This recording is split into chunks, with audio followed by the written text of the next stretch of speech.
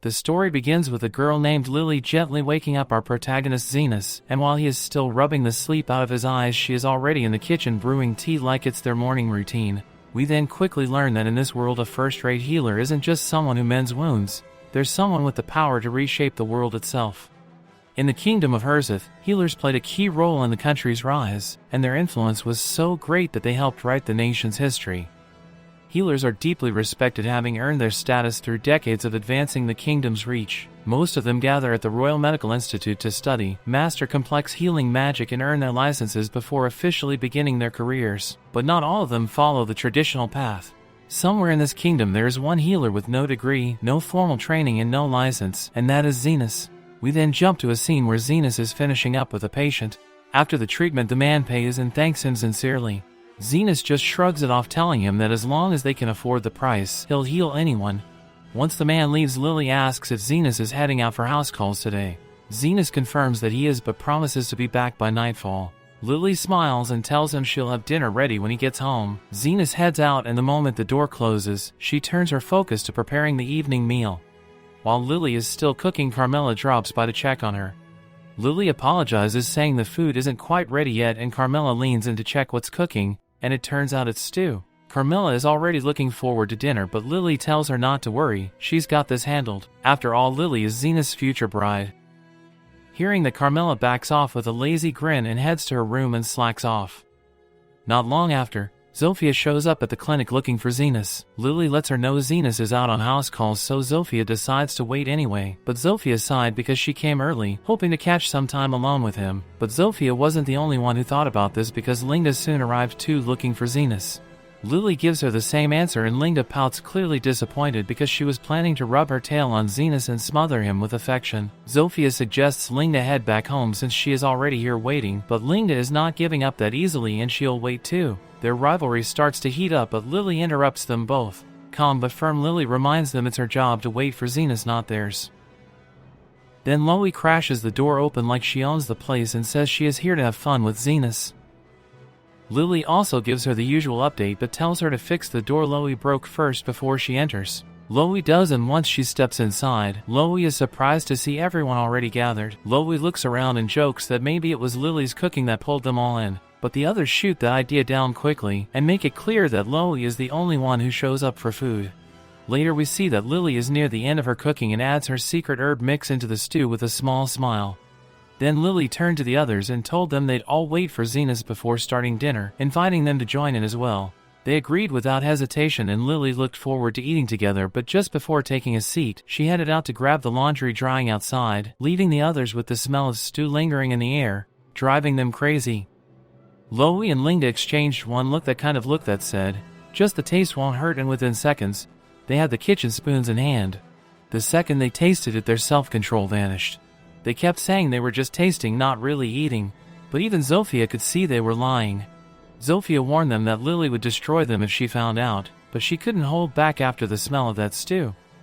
Outside, Lily was humming quietly, folding laundry under the afternoon sun, completely unaware of what was happening in her kitchen. Then we see that the girls realize that the stew has been entirely devoured, so they start blaming one another for finishing it all, and in a moment of panic, they pretend they don't remember what happened. Realizing that denial won't solve the problem, they agree to make another meal instead. Zofia suggests they start fresh by adding new ingredients to the pot, but right then, Lily walks in and catches the mid-whisper, hovering around the pot like a bunch of thieves. Then at the dinner table, and the girls sat there stiff as statues. Lily didn't yell, she didn't have to. Her glare did all the talking. When Lily calmly asked what happened, they crumbled fast. One blamed the smell, another said her hands moved on their own. They all started bickering again. Seeing this, Lily grows upset and warns them that if they continue to bicker, Zenas will be furious. Lily laments that she wanted to enjoy a meal with Zenas and the rest of them in peace, and the girls quickly apologize, promising to help her cook. But then Lily revealed that she had prepared only enough ingredients for the night. Just then Carmela storms in, furious that they consumed all of her stew. Linda immediately apologizes, and the others quickly follow too. Carmela demands how they plan to make amends, suggesting she might have to devour their souls in retribution. Lily intervenes, insisting that they bring her the missing ingredients, and the group hastily agrees, dispersing to gather them. After that whole mess, Lily realizes with a sigh that she has also just used the last secret ingredient. Carmilla, still lingering nearby, raises a brow and asks if Lily's not mad at the others for eating everything. Lily shrugs off, saying she is not that angry, and Carmilla stares at her like a saint. Carmilla even adds that she might have cursed them if they had devoured her stew and wine. Lily laughs nervously, unsure if Carmilla is joking, but then her mind wanders if she'll even be able to cook dinner again before Zenas returns. Meanwhile, Zenas is walking through the streets in town when he spots a demi-human girl clutching her stomach in pain. Soon after, her master appears and reveals that she is his slave. He demands to know where she ran off to, and she explains that she suffered from a stomach ache and went to a clinic for help, but they turned her away because she lacked the money to pay for treatment. Enraged that she prioritized her own comfort over work, her master drags her away like she is a broken tool instead of a person. Zenas keeps watching as the man drags her to a graveyard and throws her onto the ground like garbage. He mocks her, saying this kind of dirty place suits a demi-human like her, not seeing the spirit has just awakened. He kicks her in the stomach again, demanding she get up and start digging graves, but she doesn't even have the strength to respond. Still, he ignores her pain and tells her that if she wants to eat, she had better dig up something valuable. Then he turns around to leave, leaving her lying there in the dirt. But before he can make it far, she snaps. Possessed by a spirit, the girl suddenly lashes out, slashing at him hard enough to draw blood, so now he is the one panicking. He stumbles backwards and runs straight into Zenas, begging for help and saying his slave just went crazy. But Zenas doesn't even blink, tells the man to step aside, and listens as he points at his slave. Seeing her, Zenas calmly asks what exactly he did to her. The guy explains that he merely told her to resume her work, and when Zenas asks about the work, the man starts deflecting lies about it and says it's just some farm work. Then he flips, whining about being injured and needing medical help. And he even offers Zenas money if he'll stop the girl. The possessed slave then launches an attack on the master, but Zenas intervenes to protect him. Zenas questions the slave, asking why she's so angry. In response, she hurls stones at him, which Zenas deftly dodges. Impressed by his agility, the noble urges Zenas to kill the slave, but Zenas refuses, insisting that his duty as a healer is to preserve life. The noble admits he is a man of high status and warns that if this chaos continues, he will eventually meet his end, and he plans to buy a new slave if she dies anyway. Undeterred, Zenas vows to save every life he can, firmly committed to his healing calling. The slave then lunges at him, hurling a large boulder, but Zenas, drawing on some mysterious enhancement, shatters it with his bare hands. The noble, watching in disbelief, wonders what kind of healer could possess such strength. The slave immediately resumes her attack with lightning speed, making Zenas doubt that she is just any ordinary demi-human. She slashes at him with her claws, but Zenas manages to fend her off with a protective barrier, only to notice that the force of the blows has left her badly injured. Despite her wounds, the slave keeps moving, her every motion fueled by pure hatred. And it dawns on him that she must be possessed. Moving closer, Zenas braces himself as she sinks her teeth into him. In that surreal moment, Zenas is startled by the thought that ghosts can not only possess but even engage in a fight, or at least, that seems to be the case. Determined, Zenas channels his healing magic to mend her injuries while simultaneously exorcising the malevolent spirit that has taken hold of her. As Zenas works, he can't help but wonder what kind of farm work would lead someone to be so vulnerable to ghostly possession. Once the exorcism is complete, Zenas mutters that he is done for the day. The noble is taken aback when he sees that Zenas has easily healed the slave's crushed foot. Desperate, he begs Zenas to save him too, reminding Zenas that he is a healer. Zenas calmly replies that his work for the day is done, and that he'll have to do it tomorrow, to which the noble retorts that he'd already be dead by then. Undeterred, the noble insists on immediate treatment, and Zenas warns him that the price will be steep. The noble scrambles through all the money he has on hand, insisting it should be enough, but Zenas shakes his head and says it's not. The noble grumbles that the fee is already higher than the market price, adding that he won't go unscathed if Zenas charges illegally, but Zenas tells him he is an unlicensed healer. The noble is taken aback to learn such healers exist, and Zenas dryly comments that it's a shady business, much like grave robbing. The noble tries to play dumb, but Zenas sees right through him and declares that the remainder of the fee will come in the form of the slave's documents. The noble seems indifferent and accepts this deal, then departs after being healed. After the noble leaves, the slave slowly awakens. She is startled to see that Zenas is beside her, and her stomach still churns with pain. She asks him who he is, and he reveals that he is Zenas and just bought her. Then Zenas asks for her name, and she murmurs that it's Till. Zenas orders her to remove her clothes, explaining that he spent a lot of money on her and needs to check her physical condition thoroughly. Till hesitates for a moment but understanding she has no choice so she complies. As Zenas examines her, he notices that her bile duct is blocked with gallstones and severely inflamed. Then Zenas reveals that he had suspected this, and Zenas also observed that she has symptoms of jaundice, so he followed her. Zenas heals her in seconds until asks him what he just did. Calmly Zenas replied that he'd opened up her abdomen, removed the gallstones and closed it back up. Till is shocked because there is no chanting, no magic signals, and somehow no scar at all. Zenas acted like it was no big deal, saying any healer could pull it off. But Till didn't let that slide and told him straight that no, they absolutely couldn't. Then Till thanked him from the heart, still unsure how she could possibly make it up to him. That's when Zenas mentioned he had a task for her. Till didn't hesitate and told him she was ready to do whatever it takes to return the favor, so Zenas handed her herb drawing and asked if Till could locate it. Till said she could tell him to come along, and not long after, we see her finding the exact herb for him. It turns out to be the same one Lily had used earlier in her cooking. Zenas thanked her for it, but Till brushed it off, saying it was easy, and honestly Till thought he would ask for something completely different.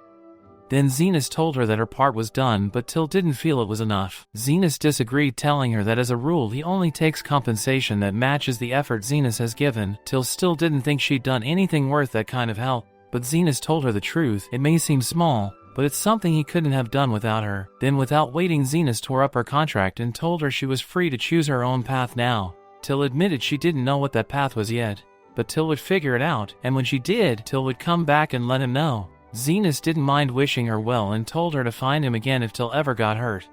Later that night, Zenas returned home. Lily greeted him, telling him dinner wasn't ready yet. Right then the three food thieves came back from gathering ingredients, and Zenas couldn't help but wonder why they were even here. They kept their mouths shut about eating his share, and Lily decided to make up something new. Zenas stepped into another room, and the moment Carmela caught sight of him she smirked because she could tell something was different, like Carmela could literally smell another woman on him. Zenas shot her a look and told her to shut it. Then Lily asks him to wait while she prepares dinner, but Zenas stops her, and Lily catches on quickly because he really wants some black tea. Lily tells him that she will make it right away. We then flash back and learn that Zenas used to be part of a top-tier adventuring party called Golden Phoenix, but everything changed when their so-called leader Aston tossed a gold coin at him like he was tossing scraps to a beggar. Then without hesitation Aston told Zenas he was out of the group. Aston called him dead weight and claimed the party would be better off without him. Zenas knew better. Deep down Zenas was the glue holding this reckless team together, but Aston didn't care. The truth was Zenas had only been recruited to act as a disposable meat shield. Someone nobody would cry over if he died on the battlefield. Now that the party had grown powerful, Aston believed they no longer needed Zenas. Zenas tried to make him see reason, pointing out that they only made it this far because he was always there to patch them up after Aston's wrong decisions. But Aston shut him down, mocking his rough, unlicensed healing magic and saying any half-decent healer could replace him. Elsewhere, in the shadows of an alleyway, a pair of slave dealers were in the middle of trying to subdue an elf girl. The awful woman reminded the ugly guy to be gentle since elves were incredibly rare and worth more if unbruised.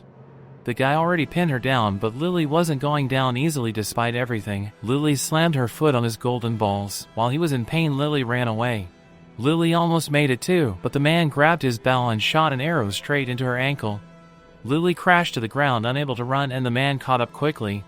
He tried to pin her again, but Lily bit down on his hand so hard, forcing him to stab her just to break free. That's when Zenas walked into the alley and spotted the scene. Lily was bleeding on the ground, barely conscious. Zenas looked at the two people and asked if they were responsible. They didn't even try to deny it. They told him to go away, reminding Zenas that slavery was perfectly legal around here. Lily was their property. They could do whatever they wanted with her. Zenas understands the situation. They were technically right by the law, so his hands were tied. But Zenas thought of something. Zenas reached into his pocket, pulled out the gold coin Aston threw, and offered to buy Lily. It's not nearly enough to buy an elf, not even a wounded one. But the dealers take one look at Lily, bleeding out and probably minutes from death, and decide it's not worth dragging a corpse to market, so they take the money and leave without another word. Once those dealers are gone, Zenas walks over to Lily, checking if she is still alive. Lily has already made peace with the idea of dying in some random alley, so Lily tells him just to leave her there and save himself the trouble, but Zenas calmly tells her she is not dying today. Lily glances down at her wounds and blinks in disbelief because her wounds are already completely closed up, not even a scar left behind. Lily looks at him stunned and quietly thanks him, apologizing for making him spend his gold coin to save her. But Zenas brushes it off. Zenas didn't even want to keep that coin anyway, just holding it reminded him of Aston, and he'd rather forget that scum existed. Zenas asks Lily if she has anywhere she can go, but Lily doesn't. Lily was a slave 2 minutes ago, so she doesn't exactly have a house or money waiting for her. Lily also admits she is starving, so Zenas offers to get her something to eat, and maybe find her some decent clothes along the way. Zenas takes her to a small diner nearby, grabbing her a fresh outfit before they come in. Lily is happy as she chows down, clearly loving every bite of her first real meal in who knows how long. But after a while, Lily notices that Zenas hasn't ordered anything for himself, so she asks why, and Zenas tells her he is just not hungry. But the truth is Zenas is broke. Zenas spent everything he had on Lily's food and clothes, and since Zenas got kicked out of Golden Phoenix, he needs to figure something out fast before Zenas ends up starving in the streets. As they're sitting there, a guy stumbles through the door. His arm's a mess, burned and bleeding, clearly injured, and from the looks of it he is in some trouble and barely made it out. Zenas watches him quietly, analyzing the damage. Judging by the hole in the arm and the scorched edges, it looks like the guy caught a hit from a magic gun. Fortunately, he is a lizard man and their body regenerates pretty well. But even so, the injury's deep. If left untreated, it could take days to close up, and he'd be in constant pain the whole time. So Zenas lifts his hand and casts a healing spell, and after a few seconds, the wound seals up like it was never there.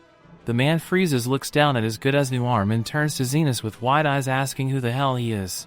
Before Zenas can even speak, Lily jumps in and proudly declares that he is a great healer. The guy's never heard of him, but he is impressed and grateful, so he really doesn't care. Then he gives a few coins to Zenas as a way of thanks and promises to spread the word about Zenas. At first, Zenas doesn't get why the guy just handed him money, then it hits him. Healers usually charge for their services. That sparked an idea in his mind, and Zenas started thinking, if Zenas plays this right, he could start a new life as a full-time healer. But there's a problem. Since Zenas is from the slums, getting an official healing license isn't easy. If Zenas wants to open a legit business, he has to deal with taxes, permits, inspections, etc. So Zenas is going off the grid. Zenas is gonna run his clinic underground. Lily doesn't really get everything Zenas is saying, but if he is serious about setting up a clinic, she wants in. Zenas pauses, thinking it over. Running an underground clinic without a permit isn't exactly legal, and dragging a kid into something like that doesn't sit right with him. But Lily reminds him that Zenas technically bought her, so by the rules of this world, that makes him her master now, which means she is sticking by his side, no matter how many rules get bent or broken. Zenas didn't buy Lily to own her, he just didn't want her bleeding out in some alley. But Lily hits him with the harsh truth. She has nowhere else to go, and if Zenas leaves her behind, she'll probably get scooped up and sold again, so that'd be on him. Eventually, Zenas sighs and gives in and tells Lily she can tag along, and Lily immediately pledges to serve him with her whole body, which makes Zenas nearly choke and ask her not to make it sound like that. Anyway, first things first, if Zenas is going to set up shop, he has got to find a roof to sleep under, so Zenas takes Lily to one of the city's abandoned and most forgotten parts. The place looks abandoned and cursed, but that's exactly what Zenas seeks. Lily glances around nervously and asks why they're even here. Zenas explains that if he is running an illegal clinic, the last thing he needs is the Royal Association holding his neck. A place like this is quiet, off the radar, and best of all, it's free. Lily can't really argue with the logic, but she's clearly scared. Lily points out that abandoned districts like this are notorious for being infested with monsters, especially the Wraith. They finally stumble across a house looking better, and Zenas thinks he has hit the jackpot. But the second Lily sees it, she freezes because it is like a haunted house. If they're unlucky, they might even attract a wraith. Zenas raises an eyebrow, unfamiliar with the term. Lily explains that wraiths are ghost-type monsters who can literally turn someone into a spirit with a single touch. They step inside and it's pitch black, so Lily offers to light the place up with a basic spell. That catches Zenas off guard because he didn't know Lily could use magic. But Lily shrugs it off, saying it's just simple stuff. Once the room lights up, they finally get a good look around, and it's honestly as bad as Lily feared. Dust, cobwebs, cracked walls, it's a total mess. But Zenas doesn't mind. The place might look cursed, but the roof doesn't leak and the structure's solid, so in his eyes, that's more than enough to start his new work. But just when they think they've found the perfect spot, a big problem shows up, and it turns out the house already has a tenant. Not just any tenant, but an actual wraith who floats out of the shadows and tells Zenas she's going to drain the life right out of him. Lily starts panicking immediately, while Zenas just sighs, clearly annoyed that the place wasn't as empty as it looked. Then Carmilla lunges at Zenus without hesitation, but he shuts her down instantly with a burst of healing magic that blasts both her arms clean off. Zenus doesn't even flinch because compared to the horrors he faced in the labyrinths while with the Golden Phoenix, Carmilla is just another monster. Back then, whenever Aston got angry, he tossed Zenus into the dungeon solo and ran into wraiths all the time, so Zenus has taken down dozens, maybe even over 100 by now. Healing spells aren't just for fixing wounds. They are effective against undead creatures. Then Zenus casually apologizes to Carmilla for trespassing, saying he didn't realize someone already lived here, but the housing options are non-existent around here, so Zenus politely asks if she'd be okay with him staying. Carmilla is offended by audacity. Carmilla is the queen of wraiths and some random person asks if he can crash at her place, so Carmilla snaps her fingers and summons a group of angry spirits to chase him out. Zenus sighs again, then hits them all with a mass heal spell that erases them like they are nothing.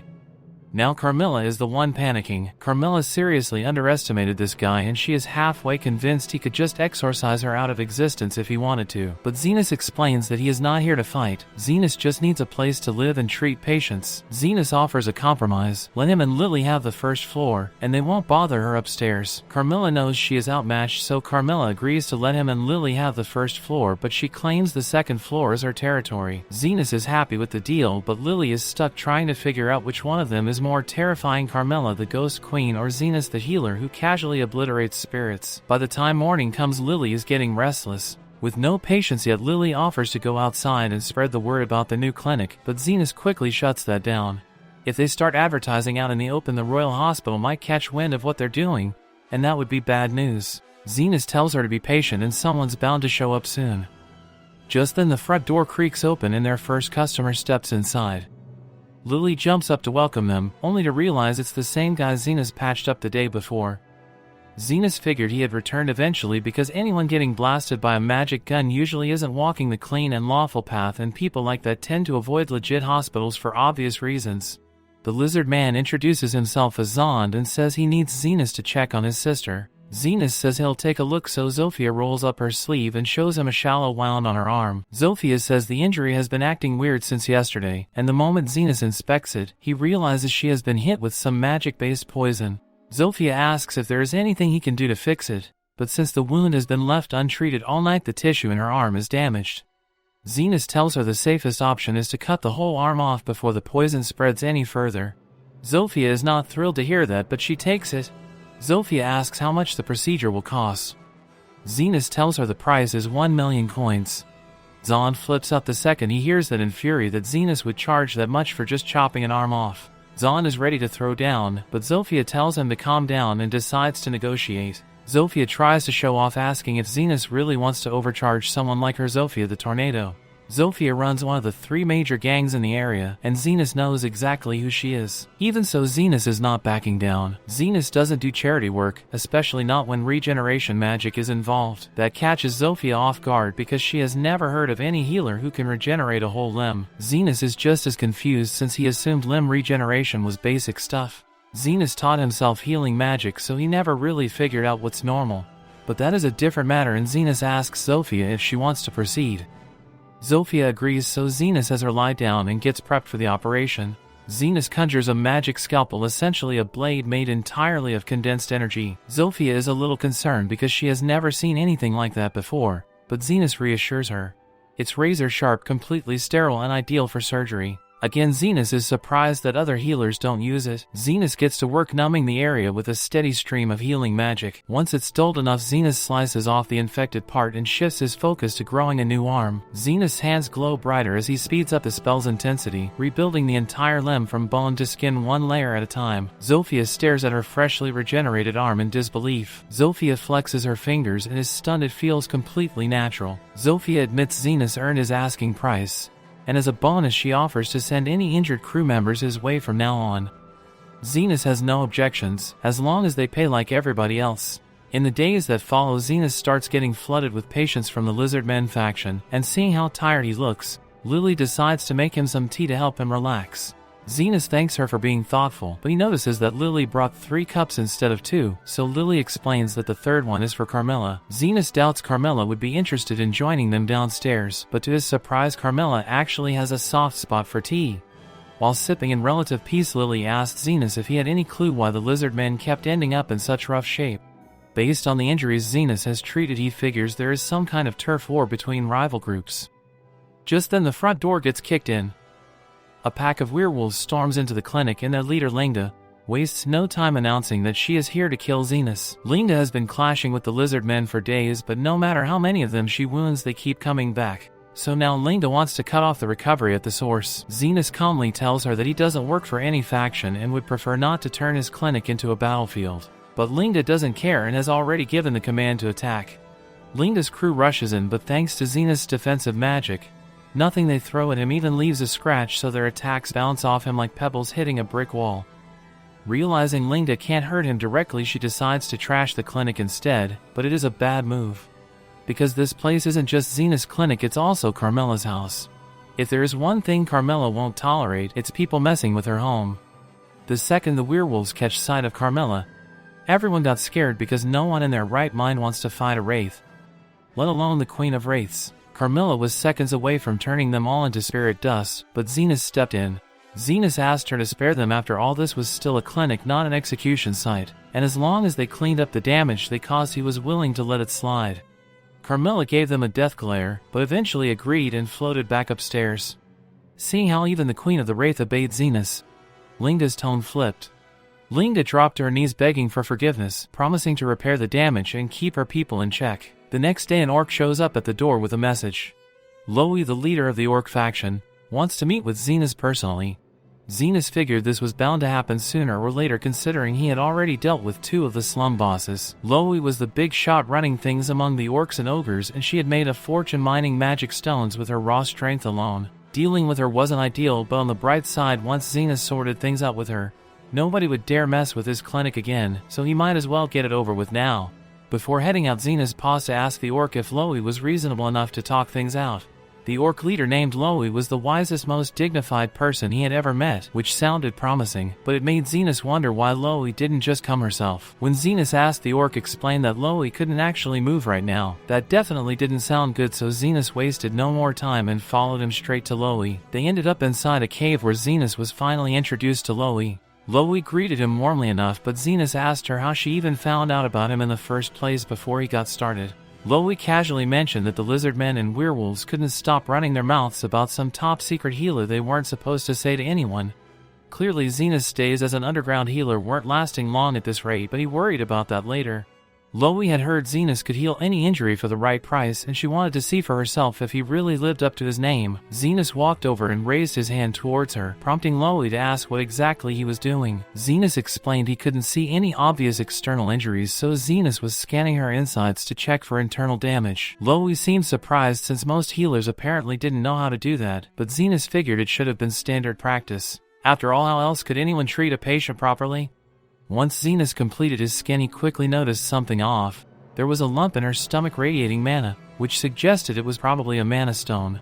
Loey confirmed his guess and explained this wasn't just any stone, it was enchanted with explosion magic, so if Loey tried to move even slightly, the whole thing might blow up. Zenus immediately thought someone must have tried to assassinate her by sneaking it into her food, but Loey clarified it wasn't anything sinister. In fact, Loey had simply gotten really hungry, saw something that looked like a rice ball, and ended up swallowing the freaking stone by accident. Loey even insisted it was an honest mistake that anyone could have made. Zenus doubted that, but he wasn't too worried either way. After all, mana stones usually eventually found their own way out.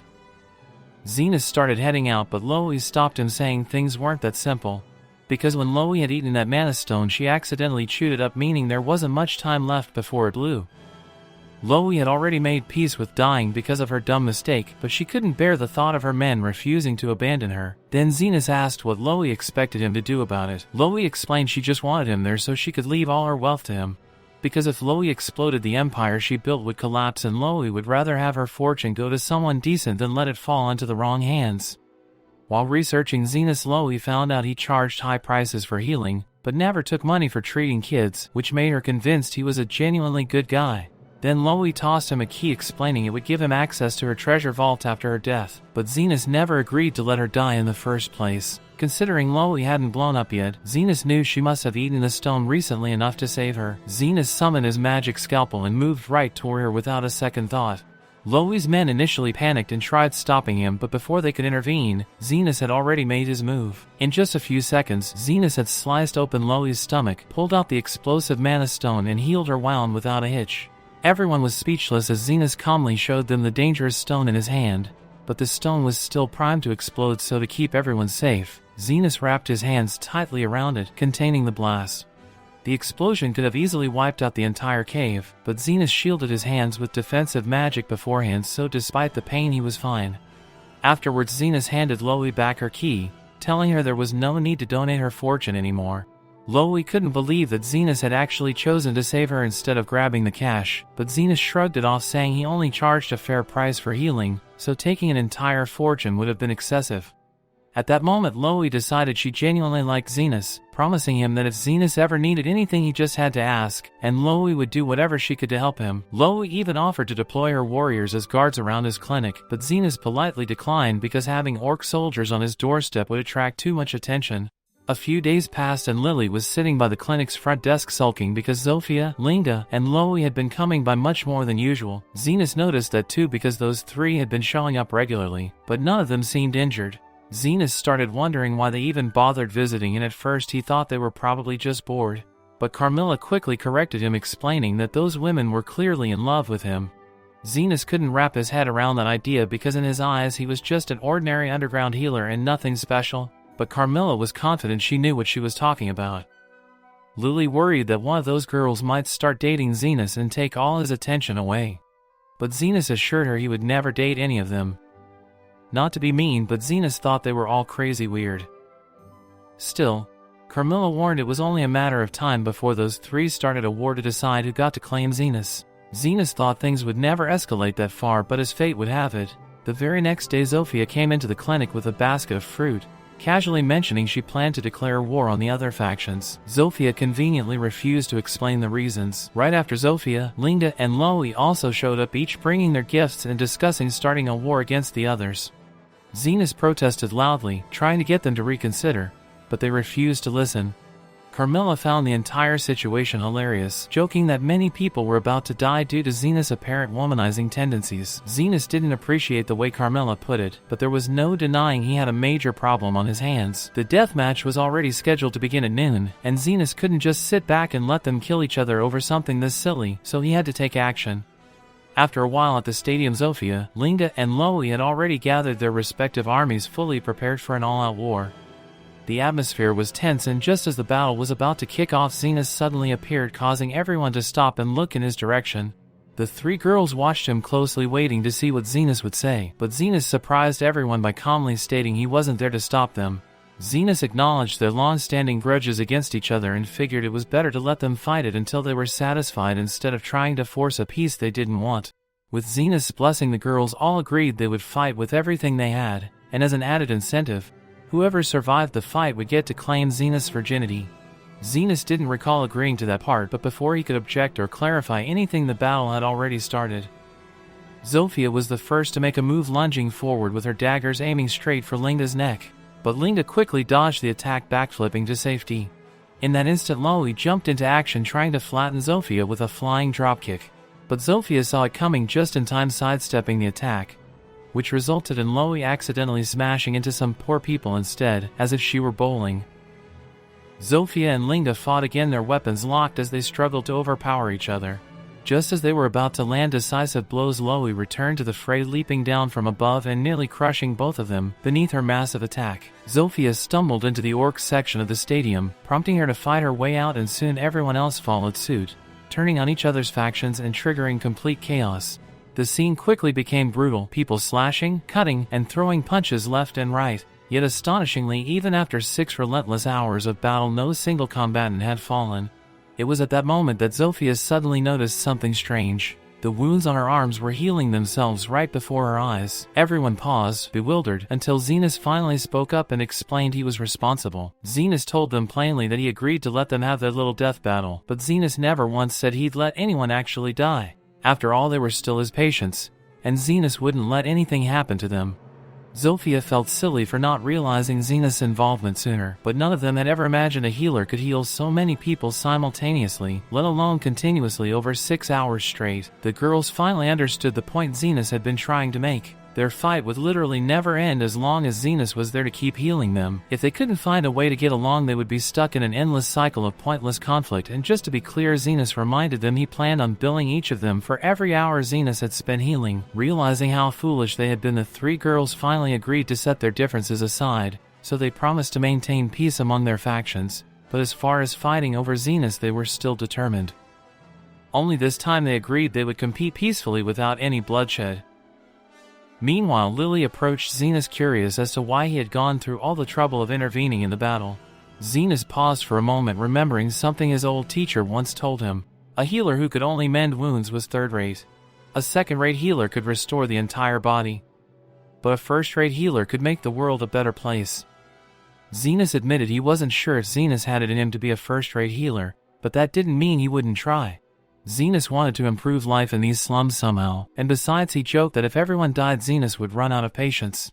Lily smiled softly to herself, knowing full well that Zenith's tough talk was just his way of covering up how much he truly cared.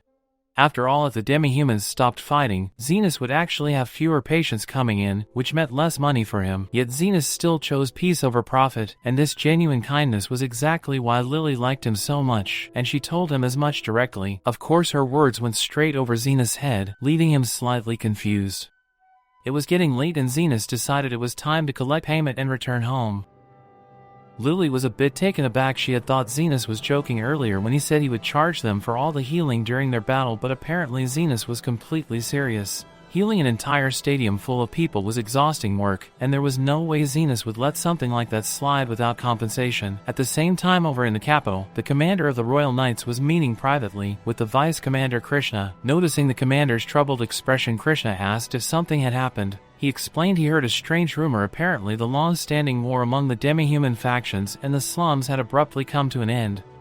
Krishna found this difficult to believe. Those factions had been locked in a bloody fight for years, so it seemed impossible that they suddenly decided to play nice.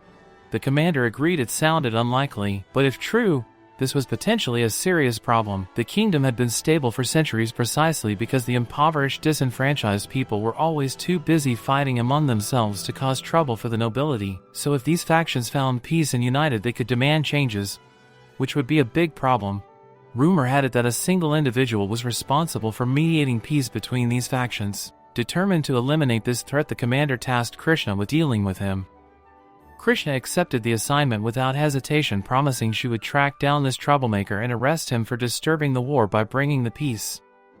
Meanwhile, back at Zenith's clinic, Zenith sneezed suddenly, making everyone around him worry that he might have caught a cold. Linda immediately offered her fluffy tail as a blanket, while Loie enthusiastically invited him to warm up by burying his face between her legendary cushion. These things devastated Lily because she didn't have either of them. Then Zenith insisted it was nothing more than a regular sneeze, reminding them all that he still needed to heal Zofia, so they should probably quiet down until Zenith finished his work. After carefully healing Zofia's injured arm, Zenith asked her how exactly she had managed to hurt herself, since it had been a long time since he needed to patch her up. Zofia admitted she had gotten hurt on the job last night. Her usual work involved stealing from corrupt nobles and distributing the wealth to the poor, but this time Zofia was caught sneaking into the wrong aristocrat's home. Then Zofia encountered Krishna, the vice commander of the Royal Knights, a ruthless woman known for shooting first and asking questions later, typically with her magic fire guns. Hearing this, Carmela worried that catching Krishna's attention might spell trouble for Zenith. But Zenith wasn't particularly concerned. After all, he figured there was no reason for someone as high-ranking as Krishna to care about a low-profile underground healer like himself. Elsewhere in the slums, Krishna was already walking around gathering information on Zenith. Krishna noticed the demi-humans coexisting peacefully, which made her suspicious, so Krishna approached the lizard man and asked bluntly who was responsible for ending the demi-human war. The lizard man didn't recognize Krishna, but man was fully aware Zenith wanted to hide his identity, so he refused to say anything and tried to walk away. But Krishna wasn't having it and drew her gun, threatening to shoot his precious thing if he didn't talk. However, the lizard man didn't budge. He was ready to take a bullet if it meant protecting Zenith. Just then Zofia and her brother happened to pass by. Seeing them approach, Krishna realized she wasn't prepared to deal with Zofia right then, so Krishna quickly slipped away into the abandoned section of the city. Wandering aimlessly, Krishna stumbled upon Zenith's clinic by sheer luck and went inside to ask for directions back to the main city. Zenith kindly offered to show her the way, but as he was about to help her, Lily walked into the room with some tea. When Krishna caught sight of Lily's elf ears, her expression darkened instantly. Without warning, Krishna drew her magic fire gun and fired a blast directly at Zenith's face. So now what will happen to Zenith? Subscribe to our channel to find out what will happen next. Friends, before we wrap up, we've recently launched a membership program where you can enjoy perks like early access to videos and exclusive content just for members and many more to enhance your interactions. If you're interested, consider joining our membership. To enjoy these benefits, check out the link in the description to join. So friends, if you enjoyed our recap video, please like and share it. Don't forget to subscribe to the channel. Thank you for watching.